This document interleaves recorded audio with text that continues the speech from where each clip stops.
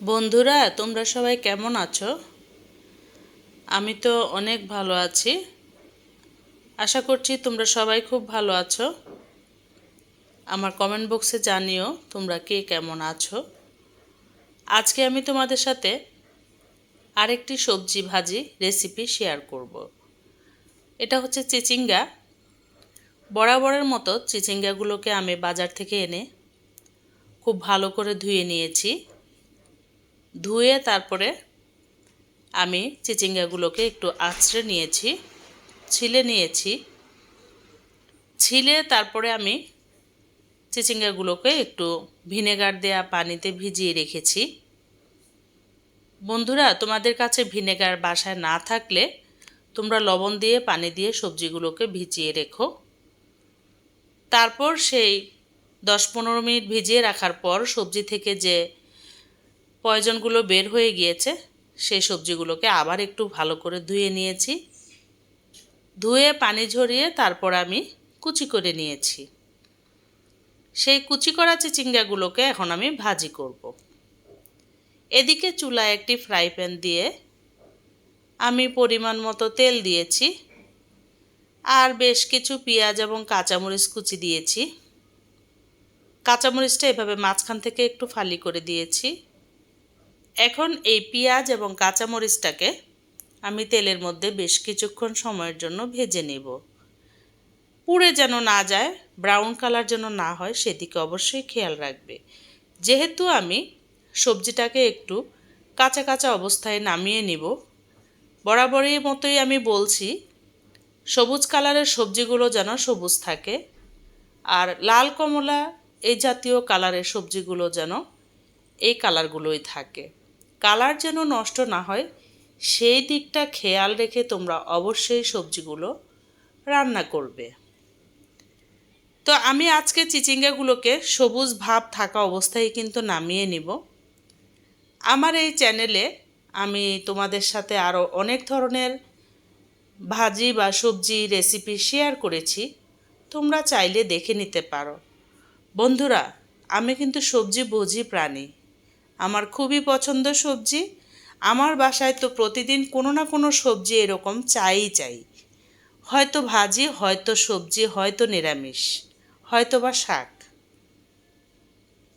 তো দেখলে তো চিচিঙ্গাগুলোকে আমি কিভাবে কুচি করে নিয়েছি। কুচি করার পরে কিন্তু আর ধুইতে পারবো না। আমিও ধুইনি, তোমরাও ধোবার চেষ্টা করবে না, তাহলে ভাজি থেকে অনেক পানি উঠে আসবে। সেই পানিতে কিন্তু ভাজিটা বেশি সিদ্ধ হয়ে যাবে এবং কালারটা নষ্ট হয়ে যাবে। তোমরা এভাবে আমার মতো করে খেয়ে দেখো, অসাধারণ হয়। অবশ্যই আমার কমেন্ট বক্সে জানিয়ে যেও তোমরা কে কিভাবে রান্না করে থাকো এই সবজিগুলোকে। তো বন্ধুরা, এবার নাড়াচাড়া করে দেবার পালা। আর তোমাদের সাথে আমি সব ধরনের রেসিপিগুলো শেয়ার করতে চাই। তারপরেও তোমরা কে কী ধরনের রেসিপিগুলো আমার কাছে আশা করো, দেখতে চাও, যারা আমাকে পছন্দ করো, তারা আমার কমেন্ট বক্সে জানিও। তোমরা যে সব রেসিপিগুলো দেখতে চাও আমি সেই রেসিপিগুলো তোমাদের সাথে শেয়ার করার চেষ্টা করব। আর আমার চ্যানেলে অনেক ধরনের রেসিপি আছে, তোমরা চাইলে দেখে নিতে পারো। আর বন্ধুরা, একটা ছোট্ট রিকোয়েস্ট করছি, চলার পথে তোমাদের সাথে আমার এই ভিডিওর মাধ্যমে পরিচয়। তোমরা অবশ্যই আমার ভিডিওটি দেখার সময় লাইক দিও বন্ধুরা, আর অবশ্যই একটা কমেন্ট করে জানিও আমার ভিডিওগুলো তোমাদের কাছে কেমন লাগে। আর আমার ভিডিওতে যদি কোনো ভুল থেকে থাকে তাহলে অবশ্যই তোমরা ভুলটা ক্ষমা করে দিও, অবশ্যই আমাকে ধরিয়ে দিও, তাহলে আমি শুধরে নেবার চেষ্টা করব। তো কিছুক্ষণ পর পর কিন্তু এই ভাজিটাকে একটু উল্টে পাল্টে দিতে হবে। আর এই ভাজিগুলো করার সময় চুলাটা কিন্তু হাই হিটে রেখে 2 থেকে 3 মিনিট নাড়াচাড়া করলেই ভাজিটা সিদ্ধ হয়ে যাবে। সবচেয়ে মনে রাখার বিষয় হলো মাত্র 5 মিনিটের মধ্যে এ জাতীয় সবজিগুলো ভাজাভাজির কাজ কমপ্লিট হয়ে যায়। তো তোমরা চেষ্টা করবে পাত্রের গায়ে যেন না লেগে যায়। এই যে দেখো, স্ক্রিনে দেখে তোমরা নিশ্চয়ই বুঝতে পেরেছ অনেক পানি উঠে এসেছে। এই পানিটাকে শুকিয়ে নিতে হবে। আর যদি তোমরা ভাজিটা কুচি করার পরে ধুয়ে নাও, তাহলে তো এত পানি উঠবে যে তোমাদের ভাজি আর এরকম থাকবেই না, গলে গলে যাবে। তো বন্ধুরা, আমার কথাটা তোমরা অবশ্যই ফলো করে দেখো। অসাধারণ হয় এই সবজি ভাজিগুলো, খেতে খুবই সুস্বাদু হয়। রুটি, পরোটা বা ভাতের সাথে অনায়াসে খেয়ে নেওয়া যায়। বাচ্চারাও খুব পছন্দ করে।